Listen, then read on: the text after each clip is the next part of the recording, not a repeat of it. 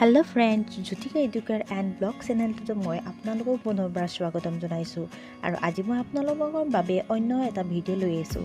গতিকে স্ক্ৰিপ নকৰি ভিডিঅ'টো শেষলৈকে চাব আৰু যদি ভিডিঅ'টো আপোনালোকক ভাল লাগে তেন্তে লাইক কমেণ্ট শ্বেয়াৰ কৰাৰ লগতে আগন্তুক নতুন ভিডিঅ'সমূহ পাই যাবৰ বাবে মোৰ চেনেলটো ছাবস্ক্ৰাইব কৰিব। গতিকে আহকচোন এই ভিডিঅ'টোত মই আজি কি আছে চাওঁ। নিজে লিখা গীতত অভিনয় কৰিলে গৰিমা শইকীয়া গাৰ্গে। জুবিন গাৰ্গে সুধিলে, মোৰ কাৰণে কেতিয়া লিখিবা গীত? হয়, গৰিমা শইকীয়া গাৰ্গে এইবাৰ অভিনয় জগতলৈ আহিছে। আহকচোন জানো কিনো সেয়া। নতুন ৰূপত গৰিমা শইকীয়া গাৰ্গ। এইবাৰ জুবিন গাৰ্গৰ পত্নী তথা জনপ্ৰিয় কষ্টিউম ডিজাইনাৰ গৰিমা শইকীয়া গাৰ্গে নিজে গীত লিখি কৰিলে অভিনয়। কুমাৰ ধীৰাজে কণ্ঠদান কৰা আকাশী হেঁপাহ নামৰ গীতটো ৰচনা কৰিলে গৰিমা শইকীয়া গাৰ্গে।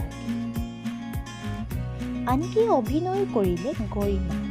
শেখৰ জ্যোতি গোস্বামীয়ে সংগীত ব্যৱস্থাপনা কৰা গীতটো জুবিন গাৰ্গে নিজৰ ফেচবুক পেজত শ্বেয়াৰ কৰিলে। আনকি জুবিন গাৰ্গে গীতটো শ্বেয়াৰ কৰি লিখিছে, মোৰ এলবামৰ কাৰণে কেতিয়া লিখিবা গীত?